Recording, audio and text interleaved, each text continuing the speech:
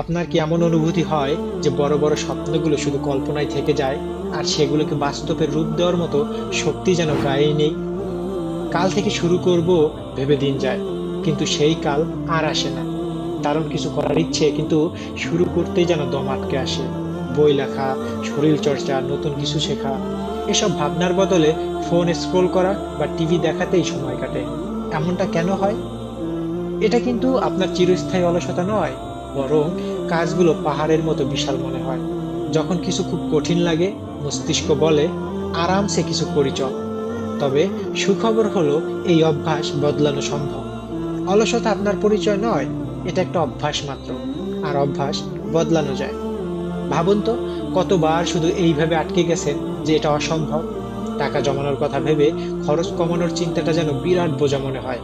কিংবা সুস্থ থাকার জন্য রোজ দৌড়ানোর কথা ভাবতেই হাঁপিয়ে যান। আসলে আপনি তো আর উদাসীন নন, কিন্তু মস্তিষ্ক কষ্ট এড়িয়ে আরাম খুঁজে বেড়ায়। তবে আপনি কিন্তু মস্তিষ্ককে টেক্কা দিতে পারেন। এখানে তিনটি সহজ উপায় ব্যাখ্যা করব, যা অলসতা কাটিয়ে কাজে নামতে সাহায্য করবে ইনশাআল্লাহ। 1 নম্বরে, কাজকে ছোট করুন। বিশাল কাজগুলি ভয় ধরিয়ে দেয়, তাই সেগুলিকে ছোট ছোট ভাগে ভাগ করুন। বই লিখতে চান? 200 পৃষ্ঠা নয়, আজ একটা বাক্য লিখুন।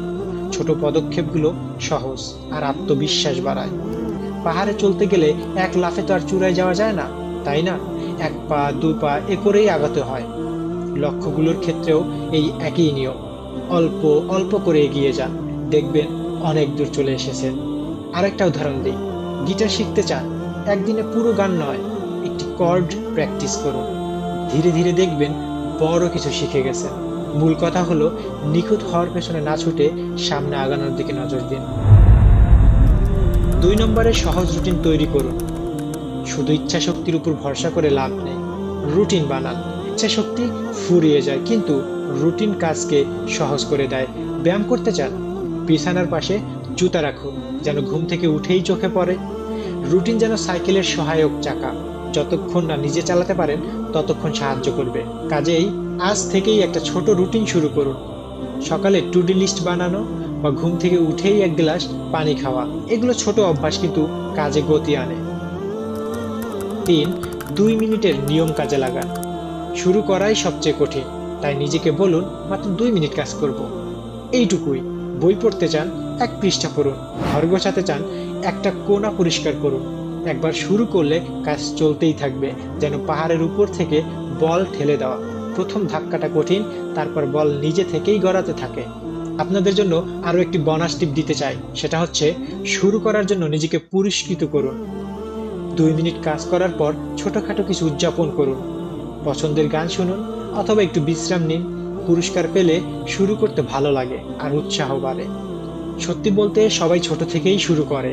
যাদের আপনি আদর্শ মানেন, যাদের আপনি সেলিব্রিটি অথবা আইডল মনে করেন, তারাও কিন্তু সংগ্রাম করেছে, কিন্তু হাল ছাড়েননি। নিখুঁত হওয়ার দরকার নেই, শুধু শুরু করুন। স্বপ্নগুলোকে আগুনের মতো ভাবুন। এখন সেটা ছোট্ট স্ফুলিঙ্গ। প্রতিটি ছোট কাজ জ্বালানি জোগানোর মতো। জ্বালানি জোগাতে থাকুন, দেখবেন একদিন আগুন দাউ দাউ করে জ্বলছে। তাহলে বলুন, আজকে কি করবেন সেই আগুন জ্বালাতে? মনে রাখবেন, ব্যর্থতা স্বাভাবিক, সবাই ব্যর্থ হয়। আসল কথা হলো উঠে দাঁড়িয়ে আবার চেষ্টা করা।